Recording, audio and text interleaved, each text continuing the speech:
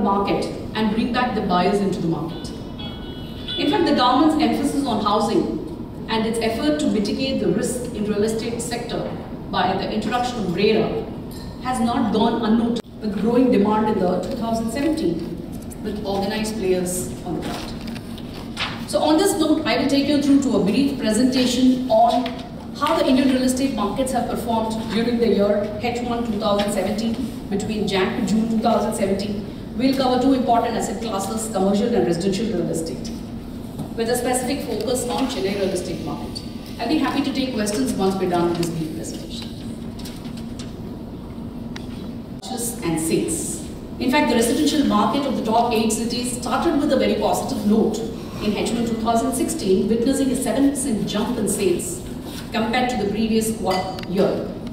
But the second half, with the same pace, could not maintain the momentum, and launches and sales started dwindling from H2 2016.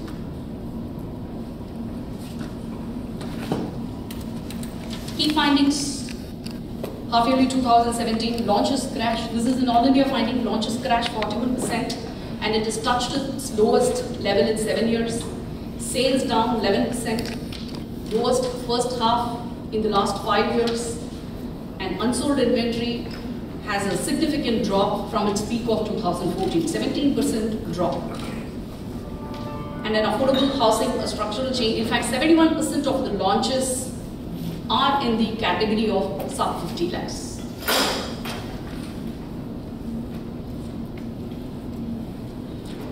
This graph clearly tells you launches have actually come down to a grinding halt from 2017-13. 2,36,000 units to 62,000 units as we speak. In fact, after the challenging H2 2016, where the demonetization actually punctured the market and pulling down the sales and launches by 46% and 23% respectively. While the first 2 months of H1 saw consumers and the industry as a whole grapple with the aftermath of demonetization, activity started moving, picking up from March and April. In fact, May was earmarked the dawn of single largest change in the Indian real estate industry through the implementation of RERA. Amongst the market, NCR and Ahmedabad are the worst hit in terms of launches. I think NCR has been hit for the last 3 years, and the trend seems to continue even for the last 6 months. In fact, new launches in NCR have shrunk to 4,800 units, registering a 73% degrowth compared to H1 2016. So largely between Jan and June, the main reason for the worst hit in launches is lack of clarity, especially on the RERA front, was the most important factor which actually held back the developers from restricting the launches. So there's a sustainable theme going forward. And the category of housing valued at less than 5 million is now as much as 71% across the top 8 cities, substantially higher than 52% share when compared to H1 2016.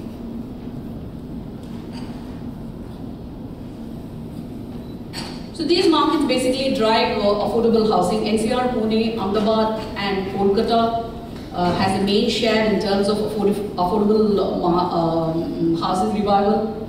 In fact, the biggest driver is the central government granting the resort.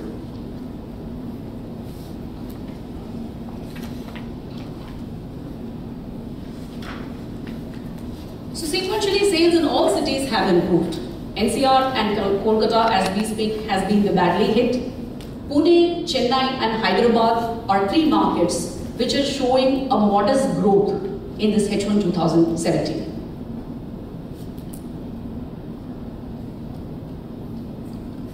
Are the numbers visible? 10% lower than H1 2016 when compared to the peak of H2 2014. I think with the baggage of unsold inventory and the state of the residential property market, weighted average property prices have indeed stagnated. Developers in most markets have been forthcoming, and there are a lot of discounts and freebies for closure of sales.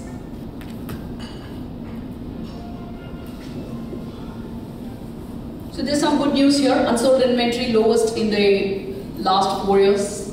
I think largely because launches have not happened as it was expected in the last 2-3 years, and this has significantly brought down the unsold inventory to this level. And in fact, we would be requiring less than 3 years to offload the existing unsold inventory in the market. And as we all know, NCR is the worst hit with over 4 years of unsold inventory. Bangalore, second with 10 quarters of unsold inventory. The good news for us is Chennai has dropped down to 6.6 unsold inventory, which means we would take little less than 2 years to offload the unsold inventory in the real estate sector. And lowest first half sales and launches in the last 5 years.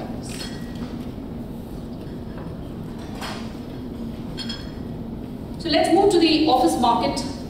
Office market has been the biggest motivator for the last 3 years. From 2013, all India we have seen office markets showing good signs of improvement, good absorption and transaction track record.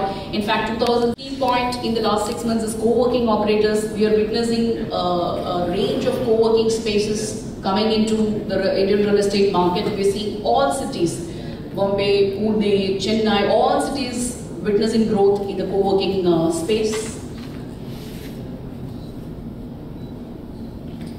This is the transaction decline that you can see from 20.2 to 18.1. We are seeing a clear 10% decline, mostly due to the supply crunch that the market is facing.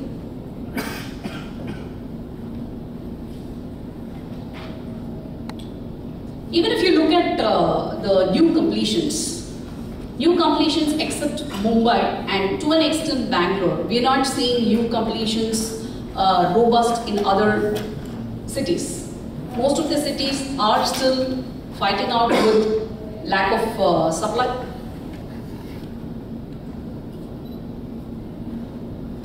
This is the half-yearly trend of vacancy level.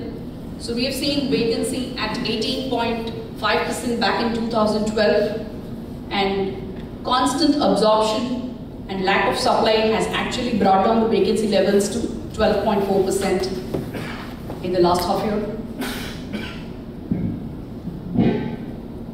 Look at this city-wide trend. So except Mumbai and Pune and Bangalore, we're not seeing big infusion of supply this year on office space. Even prime locations, the level has been the lowest since the global financial crisis.